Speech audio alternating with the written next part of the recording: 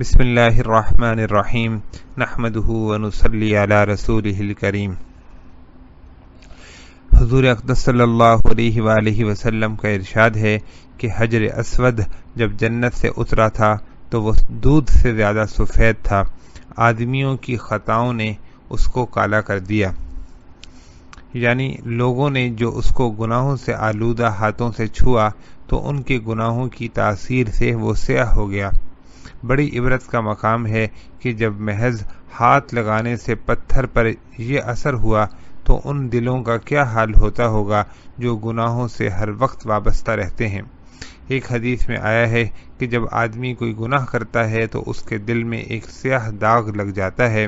اگر وہ توبہ و استغفار سے اس کو دھو دیتا ہے تو وہ صاف ہو جاتا ہے، ورنہ لگا رہتا ہے، اور جب دوسرا گناہ کرتا ہے اور تو دوسرا داغ لگ جاتا ہے، اسی طرح ہوتے ہوتے سارا دل سیاہ ہو جاتا ہے۔ اسی کی طرف قرآن کریم کی آیت کلا بل ران علی قلوبہم ما کانوا یکسبون، جس کا ترجمہ ہے کہ بلکہ ان کے برے اعمال کا ان کے دلوں پر زنگ جم گیا میں اشارہ کیا گیا ہے۔ ایک حدیث میں آیا ہے کہ حجر اسود اور مقام ابراہیم جنت کے یاقوتوں میں سے 2 یاقوت ہیں، اگر مشرکین اس کو نہ چھوتے تو جو بھی بیمار خواہ کیسی ہی بیماری ہوتی جب اس کو چھوتا تو تندرست ہو جاتا۔ ایک حدیث میں ہے کہ حجر اسود جنت کے پتھروں میں سے ایک پتھر ہے، اگر گناہوں کی نحوست جو فاجروں کے چھونے سے اس سے وابستہ ہو گئی نہ ہوتی تو جو اندھا، کوڑھی یا کسی اور مرض کا بیمار اس کو چھوتا تو وہ تندرست ہو جاتا۔ حضور اقدس صلی اللہ علیہ وآلہ وسلم کا ارشاد ہے کہ رکن یمانی پر 70 فرشتے مقرر ہیں، جو شخص وہاں جا کر یہ دعا پڑھے اللہم انی اسألک العفو والعافیۃ فی الدنیا والآخرہ ربنا آتنا فی الدنیا حسنۃ وفی الآخرۃ حسنۃ وقنا عذاب النار، تو وہ فرشتے اس کی دعا پر آمین کہتے ہیں۔ ترجمہ: اے اللہ، دعا کا ترجمہ ہے اے اللہ، میں تجھ سے معافی کا طالب ہوں اور دونوں جہان میں عافیت مانگتا ہوں۔ اے اللہ، تو دنیا میں بھی بھلائی عطا کر اور آخرت میں بھی، اور جہنم کے عذاب سے حفاظت فرما۔ رکن یمانی بھی بابرکت مقام ہے۔ حضرت ابن عمر رضی اللہ تعالی عنہ فرماتے ہیں کہ میں نے حجر اسود یا رکن یمانی کا استلام نرمی یا سختی میں نہیں چھوڑا۔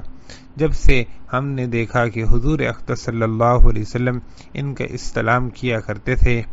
رکن یمانی کا استلام یہ ہے کہ طواف کرتے ہوئے اس پر ہاتھوں کو پھیرے۔ ایک حدیث میں آیا ہے کہ حجر اسود اور رکن یمانی کا مس کرنا خطایا کو ساقط کرتا ہے۔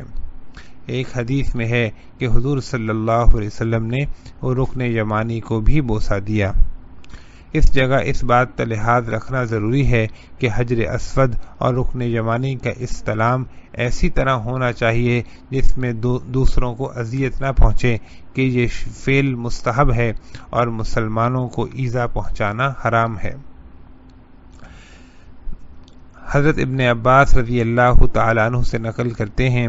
حضرت ابن عباس رضی اللہ تعالی عنہ حضور اقدس صلی اللہ علیہ وسلم سے نقل کرتے ہیں کہ ملتزم ایسی جگہ ہے جہاں دعا قبول ہوتی ہے،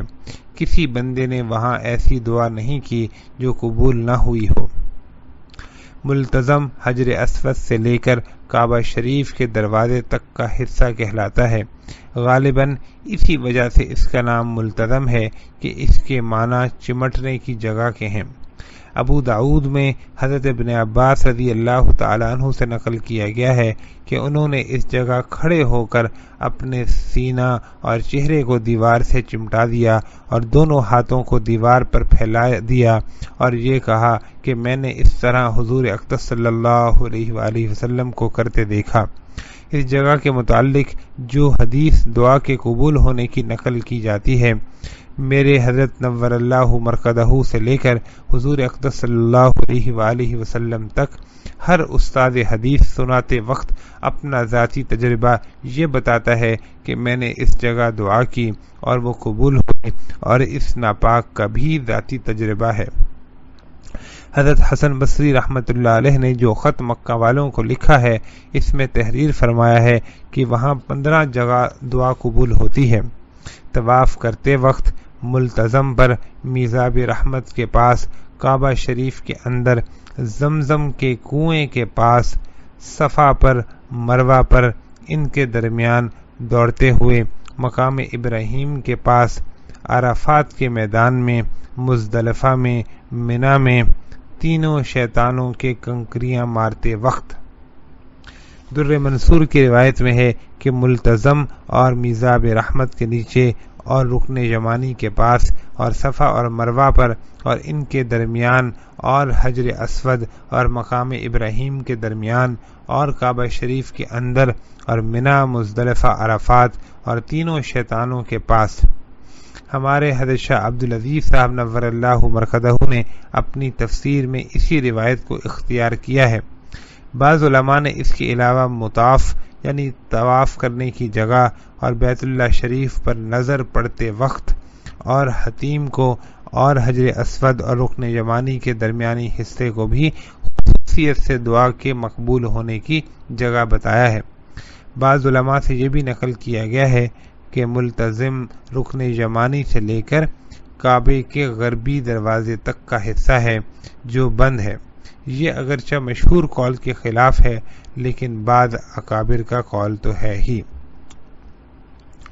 حضور اقدس صلی اللہ علیہ وسلم کا ارشاد ہے کہ آدمی اگر اپنے گھر پر نماز پڑھے تو صرف ایک نماز کا ثواب اس کو ملتا ہے اور محلے کی مسجد میں 25 گنا ثواب ملتا ہے اور جامع مسجد میں 500 گنا ثواب ہوتا ہے اور بیت المقدس کی مسجد میں 50,000 نمازوں کا ثواب ہے اور میری مسجد یعنی مدینہ پاک کی مسجد میں 50,000 کا ثواب ہے اور مکہ مکرمہ کی مسجد میں 1,00,000 نمازوں کا ثواب ہے۔ متعدد احادیث میں یہ مضمون وارد ہوا ہے کہ مکہ معظمہ کی مسجد میں 1,00,000 نمازوں کا ثواب ہے۔ حضرت حسن بصری رحمۃ اللہ علیہ فرماتے ہیں کہ مکہ میں ایک دن کا روزہ مکہ سے باہر 1,00,000 روزوں کے برابر ہے۔ وہاں ایک درہم جو تقریباً 4 آنے کا ہوتا ہے باہر کے 1,00,000 درہم کے برابر ہے اور اسی طرح وہاں کی ہر نیکی باہر کی 1,00,000 نیکی کے برابر ہے۔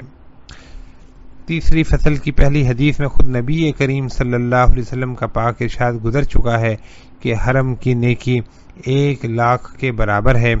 بہت سی احادیث سے یہ معلوم ہوتا ہے کہ مسجد نبوی صلی اللہ علیہ وسلم کا ثواب مسجد اقصی سے زائد ہے، لیکن اس حدیث میں دونوں کا ثواب 50,000 آیا ہے۔ اس لیے علماء نے ان روایات کی وجہ سے حدیث میں یہ توجیہ فرمائی ہے کہ یہاں ہر مسجد کا ثواب اس سے پہلی مسجد کے اعتبار سے ہے، یعنی جامع مسجد کا ثواب مسجد قبیلہ کے ثواب سے 500 مرتبہ زائد ہے۔ اس صورت میں جامع مسجد کا ثواب 12,500 ہو گیا اور مسجد اقصی کا ثواب 62 کروڑ 50 لاکھ ہو گیا اور مسجد مدینہ یعنی مسجد نبوی صلی اللہ علیہ وسلم کا 3 نیل 12 خرب 50 ارب ہوا اور مسجد حرام کا 31 سنگ 50 پدم ثواب ہوا۔ اس صورت میں مسجد مدینہ کا ثواب مسجد اقصی سے بہت زیادہ ہو گیا، لیکن عام روایات میں مسجد حرام کا ثواب جو 1,00,000 ہے اس سے بہت زائد ہو گیا، اور بہتر ہے کہ جب مسجد شریف میں داخل ہو اعتکاف کی نیت کر لیا کرے۔ اول تو ہر مسجد کا یہی حکم ہے کہ جب نماز کے واسطے کسی مسجد میں بھی داخل ہو تو اعتکاف کی نیت کر لیا کرے تاکہ اتنی دیر اعتکاف کا ثواب بھی مستقل ہوتا رہے، اور مسجد حرام اور مسجد نبوی صلی اللہ علیہ وسلم میں تو خاص طور سے اس کا خیال رکھے۔ امام نووی رحمۃ اللہ علیہ نے لکھا ہے کہ یہ بہت اہم چیز ہے، اس کا بہت اہتمام چاہیے۔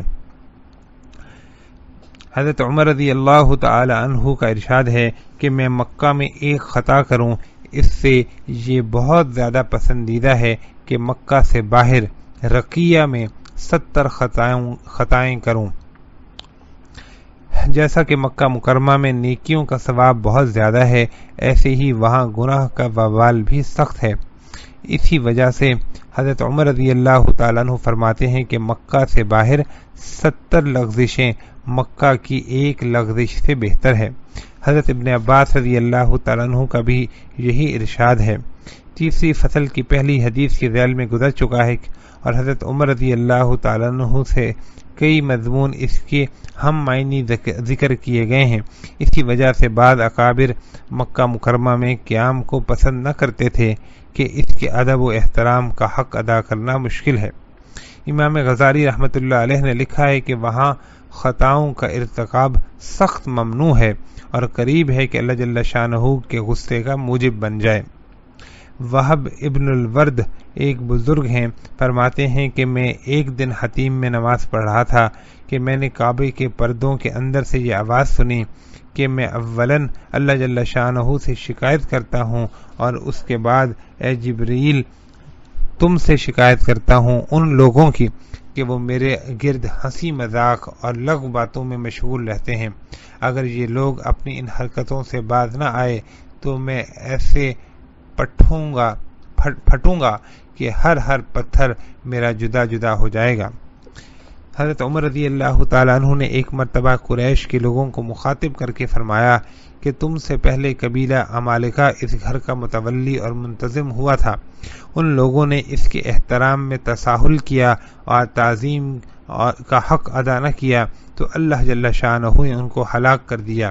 اس کے بعد قبیلہ بنو جرہم اس کے متولی بنے اور جب ان لوگوں نے اس کی بے حرمتی کی تو اللہ جل شانہ نے ان کو بھی ہلاک کر دیا۔ لہذا تم لوگ بہت زیادہ اس کی تعظیم کیا کرو، اس میں سستی نہ کرو۔